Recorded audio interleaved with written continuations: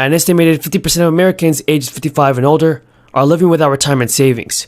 Early this year, a memo was written by Rick Scott, and he included a proposal for Congress to reauthorize Social Security and other anti-poverty programs every 5 years.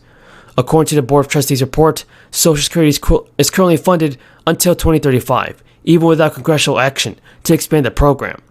84% of benefits and administrative costs are fully funded for the next half century, and 80% are funded for the next 3/4 of a century. An official statement from Senator Sanders' office states that despite Republican claims to the contrary, Social Security is not going broke. Now, New York homeowners are currently receiving some assistance in the form of direct payments.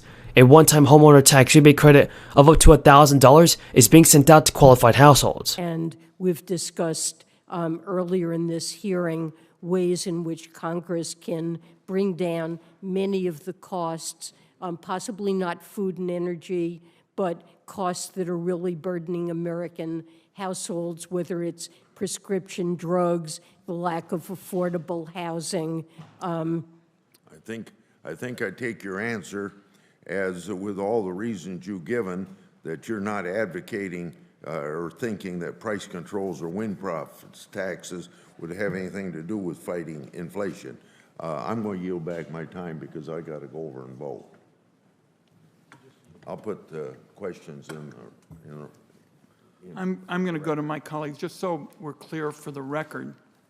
Clean Energy for America, passed in this committee, according to independent analysts, will save families $500. Okay. Let's see. Now we have an order of appearance, Senator Menendez. Thank you, Mr. Chairman. Madam Secretary, If the tariffs did not serve, really ended up being paid by Americans, not by the Chinese, hurt American consumers and businesses, and we are taking a look at those and looking to be able to address, to reconfigure those tariffs in a way that would be more strategic. So that is something where— And do we have any kind of a timeline, Madam Secretary? Is there any kind of a timeline as to where we can have an additional conversation on that? I think in the coming weeks, we expect— I can't give you a firm timeline, but with respect to the exclusion process and tariffs, that's something that's under active consideration. Thank the gentlelady. Thank you. Let me recognize the gentlelady from California. The IRS Commissioner Chuck Reddick told lawmakers that before filing season even began, the IRS predicted that returns would be delayed this year, but the backlog should be cleaned before the end of the year. Taxpayers can track the status of their tax refunds using the IRS Where's My Refund tool. In the past, this tool could only be used to track the current tax year, but it was recently upgraded so that users can track this year's and the previous 2 years' refund. The IRS paid out $3.3 billion in interest to taxpayers in fiscal year 2021. That's triple the interest the agency paid in 2015. And President Biden conceded this week that he didn't understand how big of an effect the shutdown of baby formula and recalls would have on the baby formula supply chain until April. His admission came moments after formula manufacturers told him during a White House roundtable that they knew immediately how bad the shortages could get. The White House has previously said it had been working on addressing the shortages since February.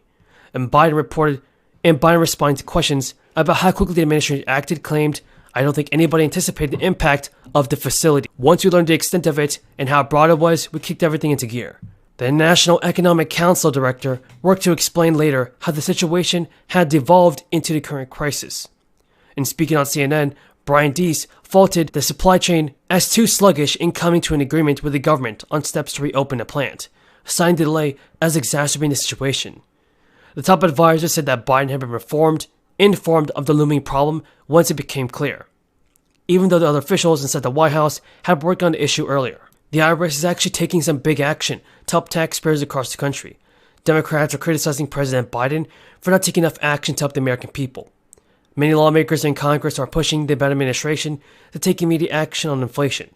And according to Democratic Representative Ro Khanna, Joe Biden can do more to fight inflation and needs to take action soon. Ro Khanna criticized Biden on inflation during an interview with the New York Times. He argued that the president's solutions to inflation are not good enough. Khanna stated, "I support the president's effort, but we need a bolder vision and faster action. To meet the moment, Biden should convene an emergency task force and power to lower prices and address shortages. Representative Khanna went on to say that Treasury Secretary Janet Yellen and many others comprise the task force, along with representatives of state and local governments and business leaders. Khanna argues that the task force could actually lower prices by purchasing food and fuel during global price dips and reselling it cheaply to Americans. Biden later has a 3-point plan to